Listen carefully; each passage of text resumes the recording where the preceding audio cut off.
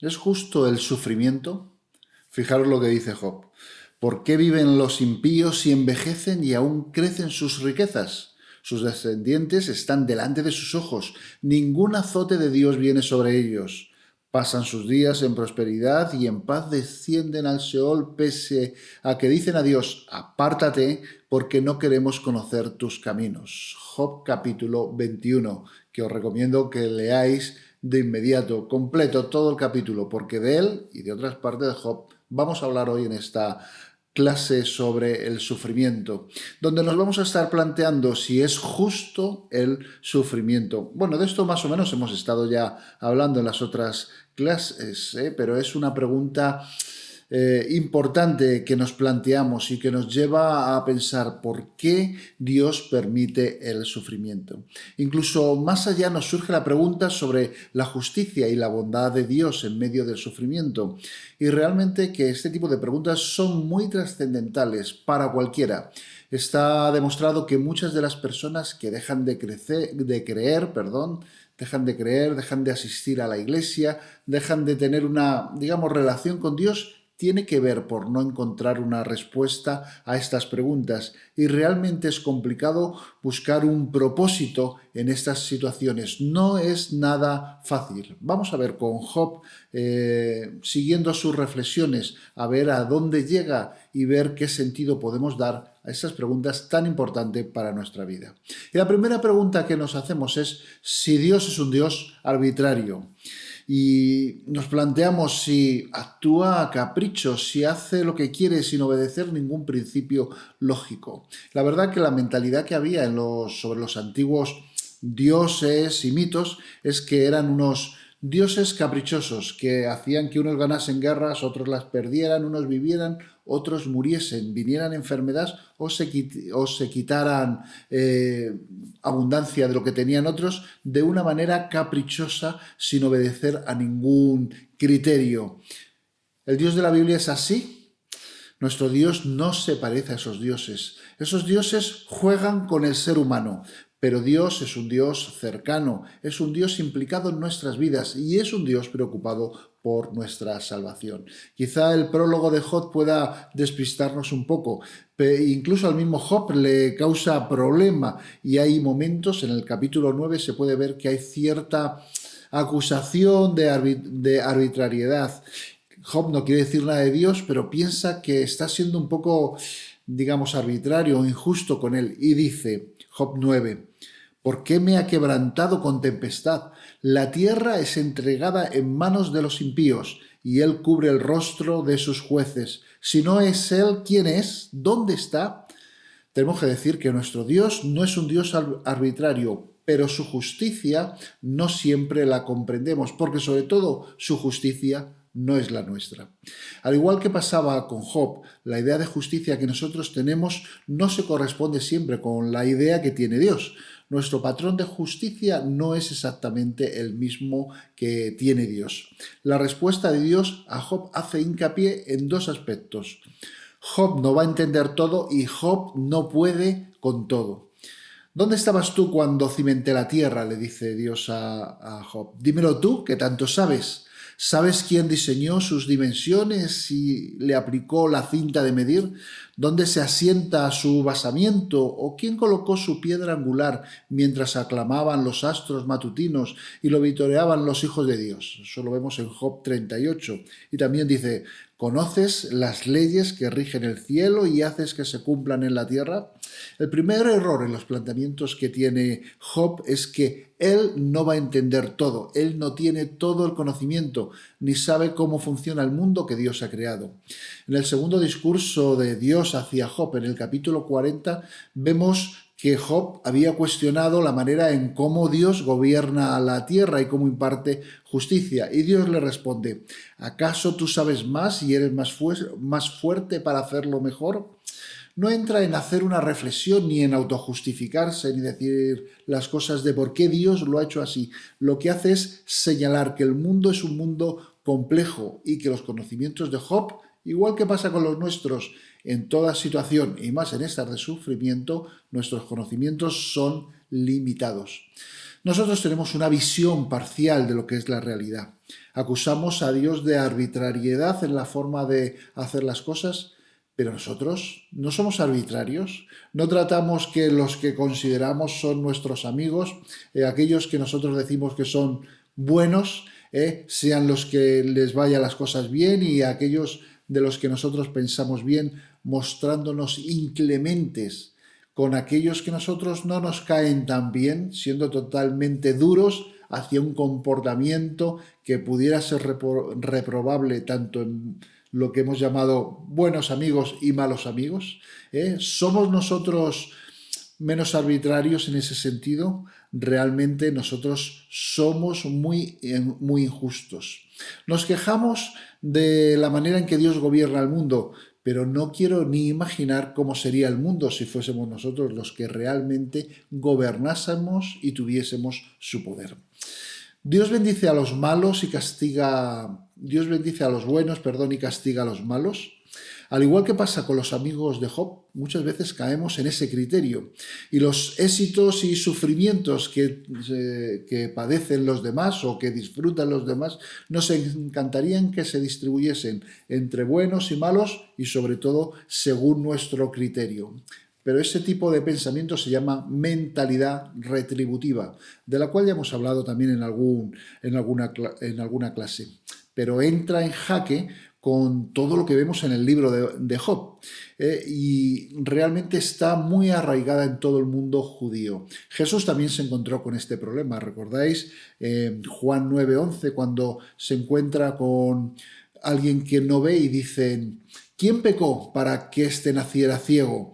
¿Fue él o fueron sus padres? ¿No? Y esa pregunta, que nosotros cuando la vemos no la entendemos y nos puede parecer incluso un poco tonta, realmente es una pregunta que personifica claramente todo ese planteamiento de retribución. En su caso, incluso una retribución que pasa a diferentes generaciones. Y hoy sigue vigente. Frente a la gratuidad, frente a la gracia de nuestro Señor Jesucristo, muchas veces nosotros lo que buscamos es cumplir con retribuciones o darlas. La mentalidad retributiva sigue siendo el rasero de muchas personas que ante los problemas de los demás, desde luego dicen: ese se lo merece. Realmente eso luego, cuando nos toca a nosotros y estamos pasando por un sufrimiento, el diagnóstico es diferente. ¡Qué injusto es el mundo! Hay que saber que nosotros realmente tenemos unos juicios bastante nublados. Hay pecados y hay errores que conllevan una relación causa-efecto, en el que se puede ver que de algo que has hecho mal tienen consecuencias, y eso sí que no lo vamos a negar. Por ejemplo, el que ha bebido desmesuradamente, vamos a decir que ha cometido el pecado de borrachera, luego tiene una cirrosis. ¿Ese es el castigo por lo que ha hecho? Bueno, no sé si es el castigo, desde luego sí que es la consecuencia, y muchas de las cosas que nosotros hacemos mal, lo que llamamos nuestros pecados, tienen ese tipo de consecuencias. Pero por otro lado también vemos y sabemos que hay muchas injusticias que quedan sin castigo. El mundo, sabemos, o lo consideramos injusto.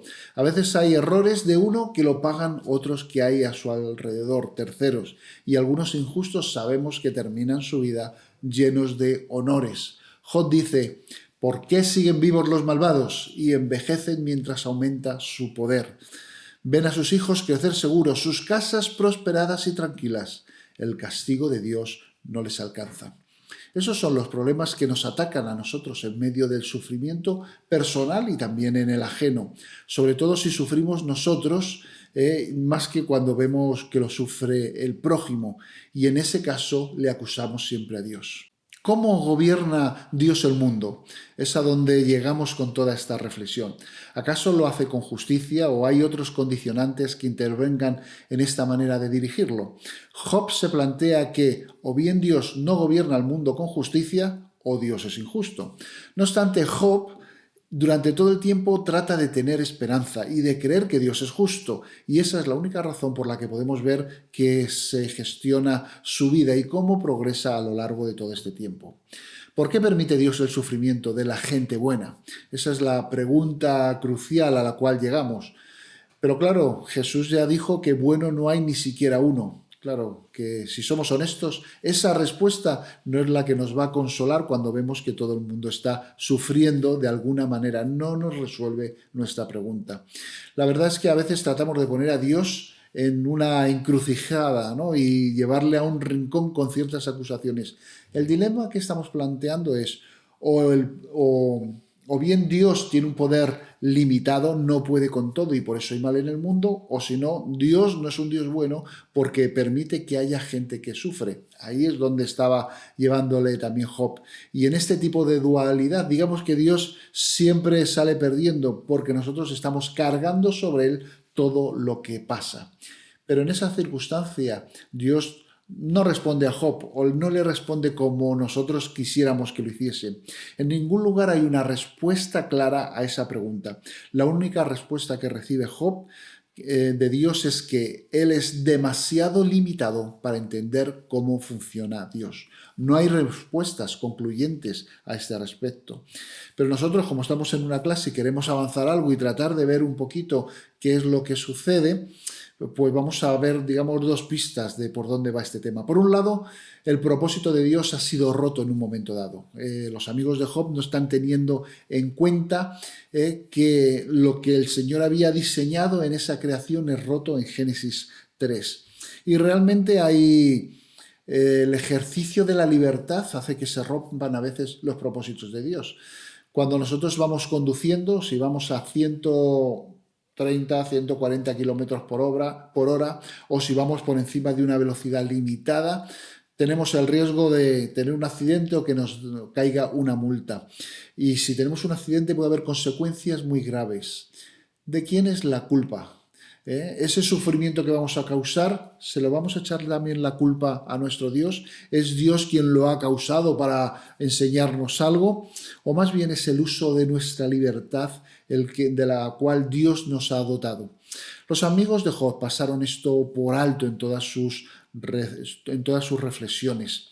Le echamos las culpas a Dios de una gran cantidad de males que nosotros generamos, como el ejemplo que os estaba dando antes. Pero en nuestro mundo vemos a veces la injusticia de Dios, así lo llamamos nosotros, a esas enfermedades que azotan a regiones, cuando realmente un poquito de generosidad por las naciones que económicamente mejor colocadas podrían ayudar a esas otras regiones pobres. También vemos esa insolidaridad que ahora mismo con el mundo de las vacunas también parece visible. Hay países que no van a recibir las vacunas hasta que otros que tienen posibilidad no quieran cedérselas a ellos. Y de todo eso le seguimos echando la culpa a un Dios injusto. Olvidamos que si el mundo es imperfecto, en gran parte nosotros tenemos méritos para que eso sea así. Es curioso cómo la gente echa la culpa a Dios de los problemas que nosotros mismos generamos. Y la segunda pista es que a pesar de esto, tenemos a un Dios, a un Señor que nos quiere acompañar en ese sufrimiento. A veces confundimos el papel de Dios y no entendemos lo que se nos presentó en Isaías como ese siervo sufriente que estaba dispuesto a solidarizarse con su pueblo, a cargar en sus espaldas el dolor, a acompañarle en el medio del sufrimiento. Y Jesús se identifica con nuestro dolor en la cruz y desde allí, sufriendo por cada uno de nosotros de una manera injusta, de una manera desmesurada, es que tiende nuestra mano para rescatarnos, para ayudarnos, para estar con nosotros. Pero esa descripción de lo que estamos diciendo de Jesús no nos exime de nuestro papel y de nuestra responsabilidad en las cosas que hay a nuestro alrededor. Igual que veíamos estudiando mayordomía cómo Pablo planteaba unas necesidades y precisamente era para los pobres en Jerusalén y precisamente los pobres de Macedonia eran los que respondían en primer lugar para ayudarles. Nosotros, aunque nos consideremos pobres, tenemos que asumir también nuestras responsabilidades. El problema es a veces esperar que Dios haga siempre nuestro trabajo y no asumir nuestras responsabilidades. Acabamos diciendo que Job nos enseña que a veces las preguntas están mal planteadas, que no hay respuestas fáciles, que mucho de lo que acusamos a Dios en medio del dolor es simplemente parte de un mal diagnóstico que hemos hecho. Con todo, Dios valora el final al final del libro la honestidad con la que Job se dirige a él siempre, que es capaz de hacer preguntas inteligentes, y son preguntas que además tienen mucho sentido en alguien que ha sufrido tanto como ha sufrido Job. La manera de gestionar el mundo por parte de Dios, las imperfecciones de la creación y todo ese tipo de fuerzas que hay a nuestro alrededor escapan de nuestro control y no podemos muchas veces entenderlo. En nuestro hablar de Dios en medio del dolor, quizás solo podamos afirmar que no tenemos todas las respuestas, pero sí tenemos a un Jesús que está decidido a sentarse a nuestro lado, a sentir lo que nosotros sentimos y a acompañarnos mientras sufrimos. El libro, por el contrario, plantea otras preguntas nuevas y diferentes. La pregunta de si Dios es justo y bueno en su planteamiento es errónea. ¿Gobierna bien el mundo? ¿Lo gobierna en el sentido que nosotros pretendemos que lo haga? Claramente lo que pasa a veces es que ni hacemos la pregunta correcta ni entendemos cuál es nuestro papel en el sufrimiento. La semana que viene buscaremos más respuestas en otra pregunta. ¿Qué tiene Dios que decir al sufrimiento? Trataremos de encontrar sentido dentro del libro de Job. Que Él te bendiga y consuele en esta semana. El Señor te bendiga.